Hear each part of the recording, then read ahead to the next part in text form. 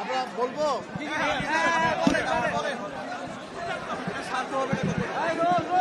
আমরা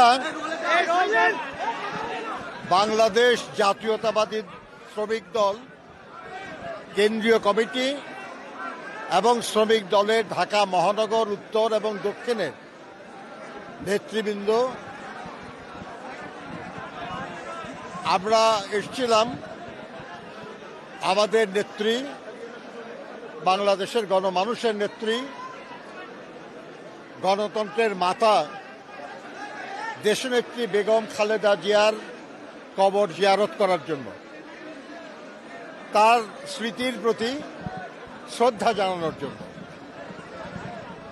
এখানেই শায়িত আছেন আমাদের শ্রমিক দলেরও প্রতিষ্ঠাতা শহীদ রাষ্ট্রপতি জিয়াউর রহমান বীর উত্তম। আমরা তাদের দুইজনের প্রতি শ্রদ্ধা জানিয়েছি, তাদের দুইজনের জন্য দোয়া করেছি আমরা। এবং আমরা এই দেশের যারা শ্রমজীবী মানুষ, আপনারা যারা সংবাদকর্মী, আপনারাও শ্রমজীবী মানুষ, আমরা এই মানুষ দুজনকে খুবই শ্রদ্ধা করি। শুধু আমাদের দলের নেতা হিসাবে না, শহীদ রাষ্ট্রপতি জিয়াউর রহমান নিজেকে শ্রমিক বলে ঘোষণা করে আমাদের সবাইকে সম্মানিত করেছিলেন, মর্যাদা দিয়েছিলেন। আর এই শ্রমজীবী মানুষের জন্য তার অসংখ্য অবদান আছে।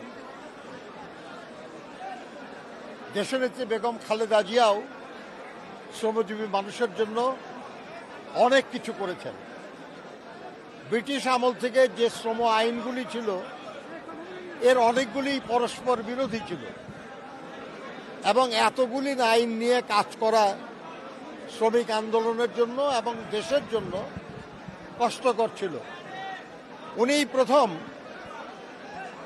2006 সালে বাংলাদেশ লেবার কোড এটা প্রণয়ন করেন, অনুমোদন করেন।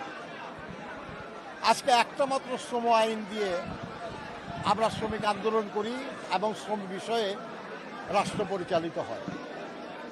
শ্রমজীবী মানুষের কল্যাণের জন্য অনেক কিছু তিনি করেছেন এবং তার বিশেষ গুরুত্বপূর্ণ হল শ্রম কল্যাণ ফাউন্ডেশন, লেবার ওয়েলফেয়ার ফাউন্ডেশন, যে ফাউন্ডেশনের তহবিলের ব্যবস্থা করে গেছেন তিনি। আজ কোটি কোটি টাকা সেই তহবিলে এবং তা দিয়ে দুস্থ শ্রমিকদের জন্য কল্যাণমূলক কাজ করা হয়। এই মানুষ দুজন আমাদের অত্যন্ত শ্রদ্ধার মানুষ। আমরা তাদের আত্মার মাগফিরাত কামনা করি, আল্লাহ তাআলার কাছে প্রার্থনা করি আল্লাহ যেন তাদেরকে বেহেশত নসিব করেন। আর আমাদেরকে যেন শক্তি দেন আল্লাহ, যে তারা যে পথে যেভাবে